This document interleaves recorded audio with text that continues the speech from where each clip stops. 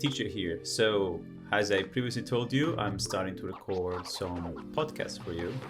This is the first one. I have no idea of what I'm going to do, but I want to leave it like completely clean.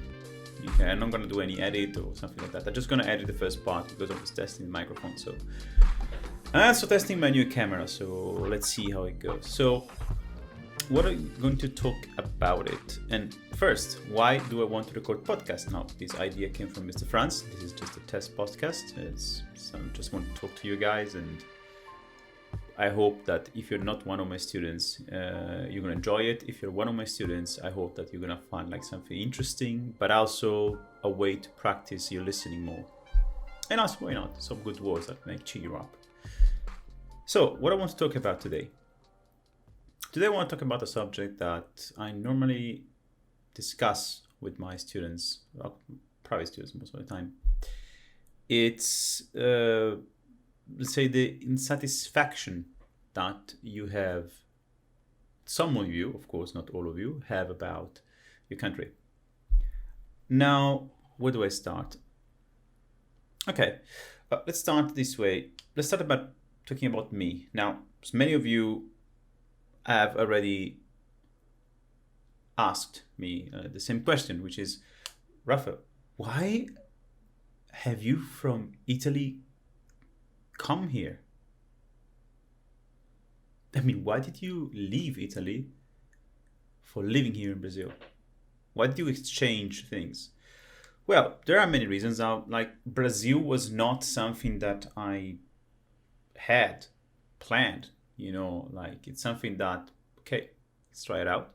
On that time, I met a friend. His name is Eduardo. He has been one of the best, person I've met in my life. I just met him in Italy, and he knew my frustration, because in Italy I was extremely frustrated. I mean, I had a good job, I had friends, but there was something that I really didn't like.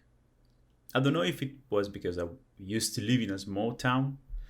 Maybe I didn't like the mentality, but I think that the thing that I really hated was the repetition. Living in my town was something repetitive, because it was that you used to do the same thing. Despite the food was excellent and people were good, there were lots of people who I hate, actually, because like I used to live in a small town, so people are basically stupid. If you listen to me, people from my town, don't get offended, but your mentality, it's like this size. I mean, I was tired. I had fantastic friends. I remember many of them: Valeria, Manuel, Alessandro, Raul, Demetrio, Orlando. There were many good friends, and I felt so bad. Also, colleagues from work, I still remember them. Albergotti was one of my favorite. It was like a father for me. All of them, like Albergotti, Fernando, Fabio Gaiello, Canepone was amazing, and so Francesco was like fantastic. All of them. I can continue. Oh, I remember your name, guys. Don't think I don't remember. Okay, Sassolino, I remember your name. So I think that I was frustrated just because it was too repetitive. So I said, I want to get out. I want to change my life, because if I keep staying here, at the time I was 24 years old, I'm gonna go crazy. I will never see what is outside the wall. On the other side of the wall, sorry. And this is exactly why I think most of you are frustrated. Now, let's think about what you do. Now, if you are my student, I know more or less what you have in your mind now. You are a university student or you are a professional. Normally in my course, there are nurses, there are ITs. Yeah, talking to all of you ITs. There are lawyers, which it's also very interesting. There are engineers, a lot of them. And that is fucking nice, because I'm going to talk about engineers in a short time. So basically, I know that all of you who belong to my course, who I teach every day, are professionals or people who want to change something in their lives. What I would like to tell you is not to give up. I know that there is something called fear. Some of you now have great jobs. I do realize that. There are people in my course who are like public counsel. They work for the government, so they have kind of a stable contract with them. And nobody will take you away that job. Nobody's gonna dismiss you. I know how it feels comfortable because I used to work with governments too. So I know that if you feel comfortable, the fact that you're not going to be fired, it's delicious. I could say like, okay, it's amazing and delicious, makes more sense. But I'm gonna tell you something. Years from now, you're gonna grow old, right? I'm 32 now. I came here in Brazil, I was 24, am I not wrong? And the first impression I had when I came in Brazil was freedom. The freedom to do anything I want. The feeling to decide what I wanted to do for real. And the question is that what do you really want to do in your life? If you have a stable job, like working for the town hall or working for the government of Paraíba, if you're a police officer or I don't know, you are any kind of public employee, public servant, am I not wrong? We say it like that. Do you really like to work where you are? Do you really like the people who work there? Because as far as I remember, like working with government, it's like the most stressing job ever. You can be right. You can be wrong. You can be angry with me right now, but I'm not telling lies. People who work with the government are mostly lazy. They're comfortable.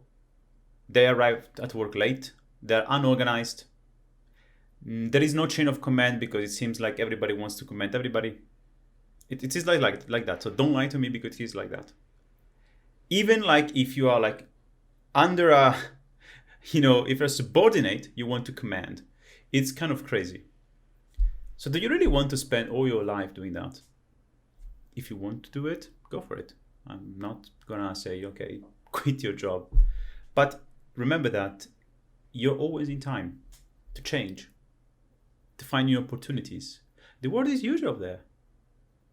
The world is huge. So my question is, do you really like to stay here and do what you're doing right now? Or you want to improve? You want to change? You only need a little bit of courage. You need to be brave. You need to try it. If you don't try it, you will always be here doing the same thing and nothing will change. Trust me, nothing will change. I spent 6.5 years thinking that something will change and nothing changed. And if I had stayed in Italy, nothing would have changed. Trust me. I would be in the same place, hoping that something will change. But I try to be brave, so I quit my job, basically. I left everything behind and I said, okay, let's restart. This sometimes is what you need. It's a good reboot. I came in Brazil. I started like being an English teacher, which I had like almost no idea how to do it. I studied. I took my certification, which I think, between gasps, if you want to be an English teacher here in Brazil, trust me, certification, you do nothing, you just spend money. So if you think you can teach people to do something good, do it. I came in 2014. I worked a lot, and we're going to talk about working. I worked hard. But one day I decided I'm going to do what I want. I opened my company 4 years ago. It was a very small room. If you studied with me 4 years ago, you know what I'm talking about. You remember my school. It was like a room like this. One table, 4 chairs, one disgusting light, and one AC I had to take the TV from my house, from my apartment. I took the TV from my apartment and I, put it on a wall in the school because I didn't have the money to buy a TV for the school. I used to use my laptop, which I bought in Italy. Actually, I bargained in Italy for a computer. So I risked it. I was brave. I tried. I'm not the best of any. I'm just like a normal person who following dreams. My dream was I want to wake up anytime I want. I want to do something that is mine. I want to play video games. I want to go to restaurants. I want to do what I like. I want to see. I'm cool. I'm a curious person. I want to visit different cultures. I want to visit different things. I want to meet different people. And it's exactly what I did. It was hard. It has been hard, actually. Today, it was hard. And I'm going to tell you, the corona shit, I'm going to say bad words. The corona shit we had in 2020, I felt bad, dude. Really. Imagine that you build something. Your school, your business, it's full of clients. I had 138 students before the coronavirus, and it was like 60% more of what I had in December. I had in February. So my dream was almost realized. My dream was realized because I was a businessman, but it was amazing because I started to think that I could do finally what I wanted, and everything gone to shit. But roll up my sleeves, and I went back again. I started working at home, and now today I'm totally satisfied. My business works. I exactly wake up when I want. I have my students. I'm happy to give them classes. Economically speaking, I'm okay. I have a lot of projects in my head, and I keep going forward, keep following my dreams, because what I want, it's time. And now pay attention to what I'm saying.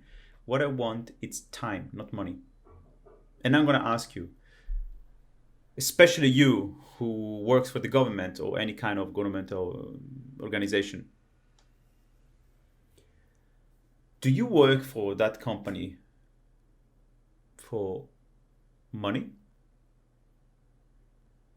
Are you a police officer, fireman, a receptionist, or whatsoever? Are you there in that workplace because you like what you do, or because you care about the money? Because the first question I ask to anybody who applies for a concurso público is, because it's a lot of money.